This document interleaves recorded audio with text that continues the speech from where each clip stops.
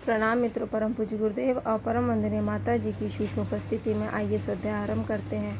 मेरे साथ एक स्वर में बोलेंगे ओम भूर्भुवः स्वः तत्सवितुर्वरेण्यं भर्गो देवस्य धीमहि धियो यो नः प्रचोदयात्।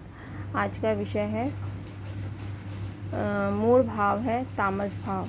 श्रीमद् भगवद गीता के मोक्ष संन्यास योग नामक 18वें अध्याय की 22वीं किस्त। श्रीमद् भगवद गीता के 18वें अध्याय के 21वें श्लोक की व्याख्या एवं विवेचना इससे पूर्व की किस्त में प्रस्तुत की गई थी।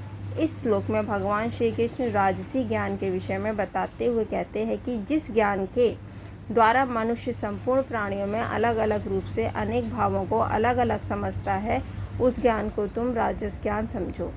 सात्विक ज्ञान जिसके विषय में इससे पूर्व की किस्त में बताया गया था, उसके प्राप्त होने पर एक शाश्वत सत्य की अनुभूति हो जाती है। तब मानस अपमान, निंदा, प्रशंसा, कृपा, कोप, नाला, गंगा जल सब में एक शुद्ध चैतन्य परमात्मा को देख पाने का ज्ञान विकसित होता है, जिसे भगवान ने ऐसा कहकर के समझाया था कि विनाशशील में अविनाशी को, विभक्ति में अविभक्ति को देख पाने का भाव एवं ज्ञान जन्म लेते हैं। राजसिक ज्ञान में इसके विपरीत भाव जन्म लेता है। सात्विक ज्ञान में जगत के मिथ्या होने का भाव होता है, जो राजस ज्ञान में जगत ही सत्य लगने लगता है। इस ज्ञान के कारण व्यक्ति को पृथक पृथक देखता है, जानता है और उसी के आधार पर लोगों से व्यवहार करता है। इसी के कारण उसमें भेद दृष्टि विकसित हो जाती है। यह कह लेने के बाद श्री भगवान अर्जुन को तामस ज्ञान के विषय में बताते हुए कहते हैं कि जो ज्ञान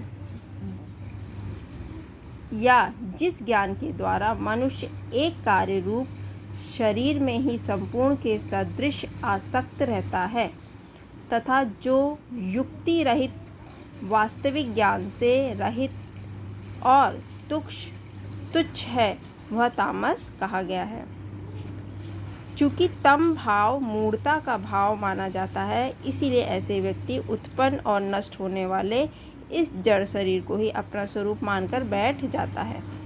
यह वस्तुतः ज्ञान न होकर अज्ञान है, इसीलिए श्री भगवान ने इसे ज्ञान शब्द से नहीं पुकारा है। श्री भगवान यहाँ कहते हैं कि तामस भाव वाला मनुष्य एक ही शरीर में अपनी संपूर्ण आसक्ति को लगाए रहता है और इस जन्म लेने वाले नष्ट होने वाले शरीर को ही अपना स्वरूप मानकर बैठ जाता है। श्री भगवान ने 16वें अध्याय में इंगित किया है कि ऐसी मान्यता मूढ़ता के कारण ही होती है। ऐसा व्यक्ति भूल जाता है कि हमारे जीवन की कीमत इस मरण धर्म शरीर के कारण नहीं, वरन इसमें प्रभावित हो रही प्राण चेतना के कारण है। जिस दिन ये प्राण चेतना इस शरीर का साथ छोड़ देती है, उसी दिन हम प्राणी नहीं रह जाते, वरन लाश बन जाते हैं। तब वही शरीर जिसकी कामना, वासना, तृष्णा की पूर्ति के लिए इंसान कुकृत्य, कुकर्म, पाप करने में संकोच नहीं करता था, उसी शरीर को जलाने के, नष्ट करने के उपाय करने पड़ते हैं। वह इस वास्तविक ज्ञान से रहित होता है कि वस्तुतः शरीर और आत्मा अलग अलग है। इसीलिए भगवान कहते हैं कि ऐसे भाव वाला मनुष्य युक्ति से रहित और तुच्छ होता है। यह एक तरह का मूढ़ भाव है, इसीलिए भगवान ने इस श्लोक में ज्ञान शब्द का प्रयोग न करते हुए यत और तत् पद से काम चलाया है। श्रीमद् भागवत में भी तामस ज्ञान का उल्लेख करते हुए उसे पशु तुल्य बुद्धि कह करके पुकारा है।